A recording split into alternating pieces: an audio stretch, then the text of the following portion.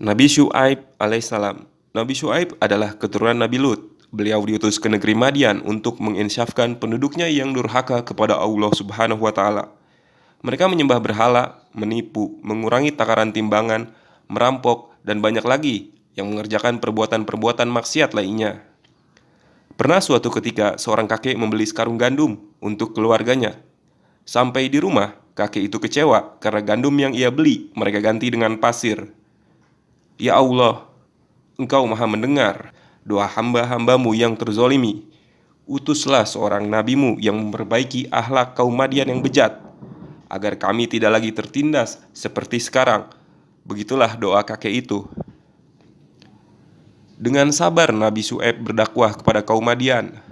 Wahai kaum Madian, berimanlah kalian kepada Allah, karena Allah lah yang memberi kalian rezeki yang melimpah ruah ini, kata Nabi Syu'aib.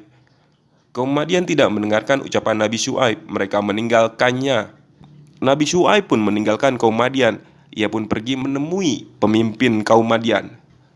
Wahai tuan-tuan, belalah kaum miskin yang terzolimi. Tolonglah rakyat kalian yang kelaparan.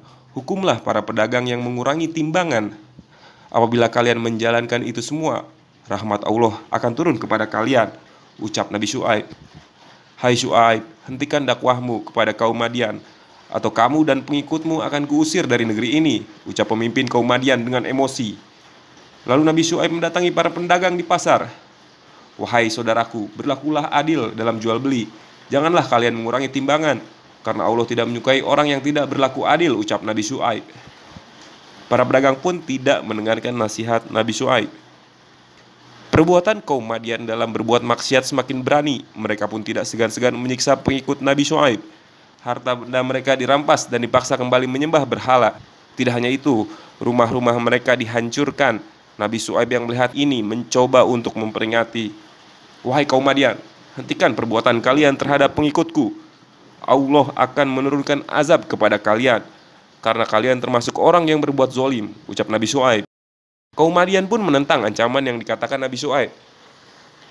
Hai Syu'aib, datangkanlah azab Tuhanmu, kami ingin merasakannya, ucap kaum Madian. Allah memerintahkan kepada Nabi Syu'aib untuk meninggalkan daerah Madian, karena Allah akan menurunkan azabnya.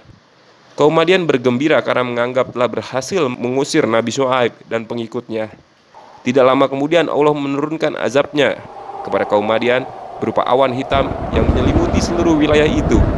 Awan-awan hitam itu mengeluarkan api yang sangat panas, ditambah suara guntur yang menewaskan seluruh orang-orang kafir itu.